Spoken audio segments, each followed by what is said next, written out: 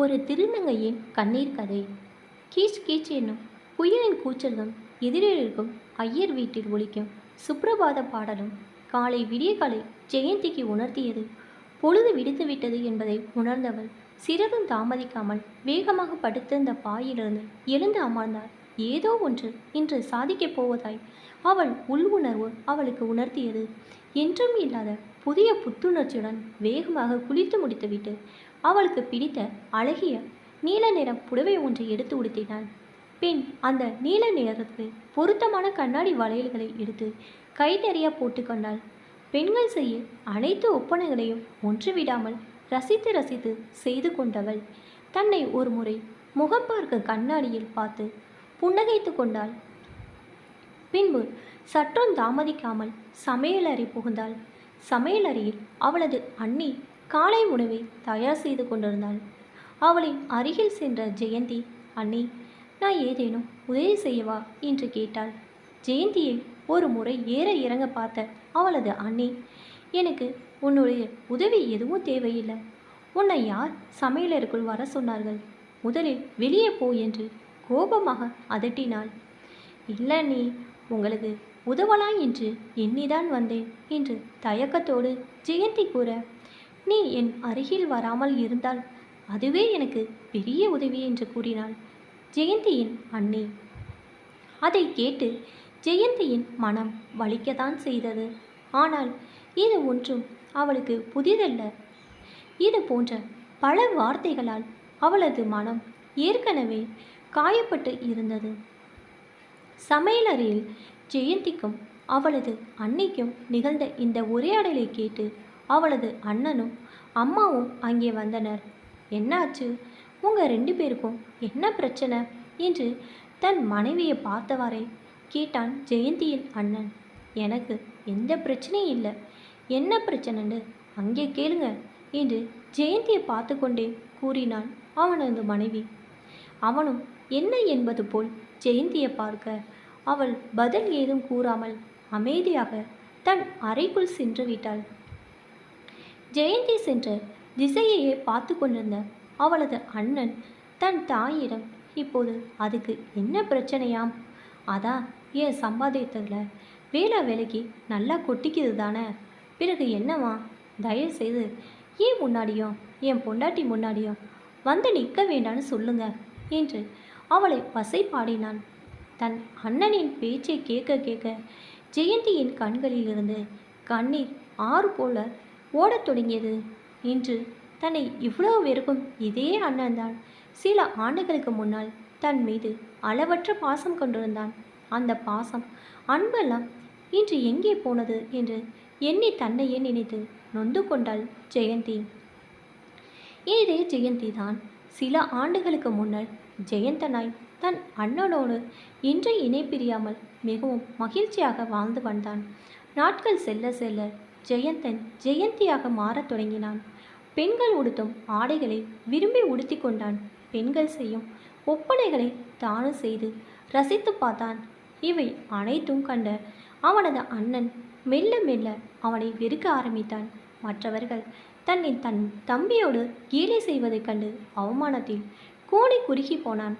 அவனது படிப்பை பாதியில் நிறுத்தி ஜெயந்தினை வீட்டிலே முடக்கி வைத்தான். இன்றுதான் பட்ட அவமானத்திற்கு தன் தம்பிதான் காரணம் என்று அவனை ஒதுக்கியே வைத்தான். புள்ளையின் மனம் கல்லே, ஆனாலும் பெற்ற மனம் புள்ளையை நினைத்து வருந்ததானே செய்யும்.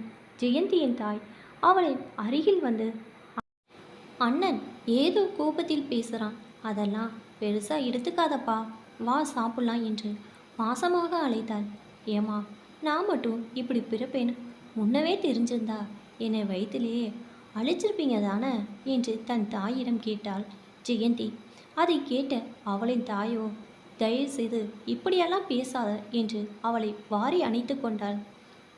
அண்ணன் சொல்கிறதான் கொஞ்சம் கேட்டு நடந்துக்கிட்ட என்னப்பா, இப்போ கூட ஒன்றும் கெட்டு போகலை. இந்த கன்றாவியெல்லாம் கலட்டி வச்சுட்டு அழகாக பேண்ட் ஷர்ட்டை போட்டுக்கிட்டு நல்ல பையனாக நடந்துக்கோப்பா என்று அன்புடன் கூறினாள். அதை கேட்ட ஜெயந்தி, நீங்கள் கூட என்னை சரியாக புரிஞ்சுக்கலையம்மா, நான் என்ன வேணும்னா இப்படி நடந்துக்கிறேன், எனக்கு இதுதான் பிடிச்சிருக்கு. இந்த மாதிரி உடை அணிந்தாதான் நான் நானாகவே என்னை உணர்கிறேன். நீங்கள் சொல்கிற மாதிரி பேண்ட் ஷர்ட் அணிந்தால் எனக்கு நானே அந்நியமாக தோன்றுகிறேன். என் உடலில் ஏற்படும் மாற்றங்களை யாருமே புரிந்து கொள்ள மாட்டேங்கிறே என்று வருந்தினாள். என்னையும் என் உடல் மாற்றத்தையும் புரிந்து கொள்ளாத இந்த வீட்டில் நான் இந்த யாருக்கும் பாரமாக இருக்கவில்லை என்று கூறிவிட்டு தான் சிறியதாக சேர்த்து வைத்திருந்த பணப்பையினை எடுத்துக்கொண்டு வெளியேறினாள் ஜெயந்தி. அதனை கண்ட அவளின் தாய் பதறிப்போய், வேண்டாம் ஜெயந்தா, நான் சொல்றத கொஞ்சம் கேள் என்று அவளை தடுக்க முயன்றாள். ஆனால் ஜெயந்தியோ அதை எதையும் காதில் வாங்கி கொள்ளாமல் வீட்டை விட்டு வெளியே சென்றாள். வீட்டை விட்டு வெளியே வந்த ஜெயந்திக்கு எங்கே செல்வது என்று புரியவில்லை. பின்பு ஏதோ யோசனை வந்தவளாய் எப்படி எனும் கடைத்தெருவில் உள்ள ஏதோ ஒரு கடையில் வேலைக்கு சேர்ந்து சொந்தமாக உழைத்து வாழ வேண்டும் என்ற முடிவிற்கு வந்தாள். தான் இருக்கும் இடத்திலிருந்து கடைத்தெரு சற்று தொலைவில் உள்ளதால் கடைத்தெருவிற்கு பேருந்தில் செல்ல அருகில் இருந்த பேருந்து நிற்கும் இடத்திற்கு வந்தாள். ஜெயந்தியை கண்டவுடன் பேருந்து நிறுத்தத்தில் நின்றவர்களிடம் சிறு சலசலப்பு ஏற்பட்டது. சுற்றி இருந்தவர்கள் அனைவரும் சற்று தள்ளி நின்றனர். அதை ஏதும் பெரியதாக எடுத்துக்கொள்ளாத ஜெயந்தி இயல்பாக இருக்கத் தொடங்கினாள். அருகில் ஒரு தாய் தன் குழந்தையின் அழுகையை நிறுத்த முடியாமல் தடுமாற அவளுக்கு உதவி செய்ய எண்ணினாள் ஜெயந்தி. அழுகின்ற அந்த பிஞ்சு குழந்தையை பார்த்து புன்னகைத்தவன், ஏண்டா செல்லம், எதுக்கு அழுறீங்க என்று கேட்டவாறே குழந்தையை ஜெயந்தி அந்த பெண்ணிடந்து வாங்க முயன்றாள்.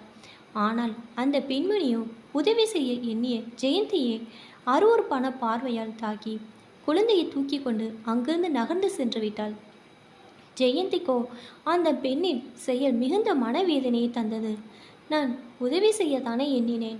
ஆனால் அந்த பெண் ஏன் என்னை எதிரியை பார்ப்பது போல் பார்த்துவிட்டு செல்கிறாள் என்று மனம் வருந்தினாள்.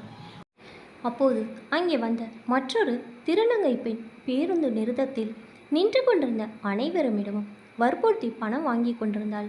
அதை கண்ட ஜெயந்தி அந்த திருநங்கையிடம் சென்று, அக்கா, ஏன் இப்படி மற்றவர்களை வற்புறுத்தி பணம் பெறுகிறீர்கள்?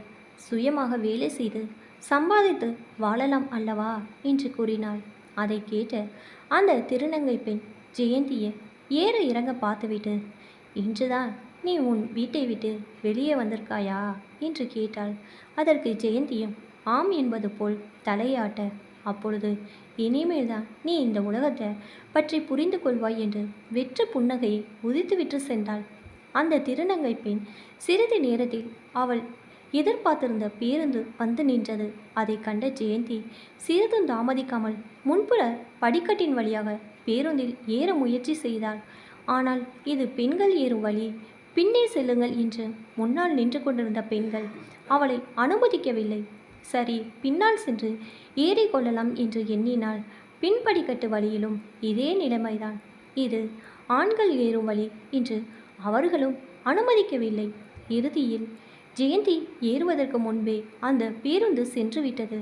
சுற்றி நின்றவர்கள் எல்லாம் ஏளனமாக தன்னை பார்ப்பதை எண்ணி கலங்கிய ஜெயந்தி தன்னிடம் உள்ள பணத்தை வைத்து டாக்ஸியில் சென்று விடலாம் என்று எதிரே வரும் டாக்ஸி கை காட்டி நிறுத்தினாள்.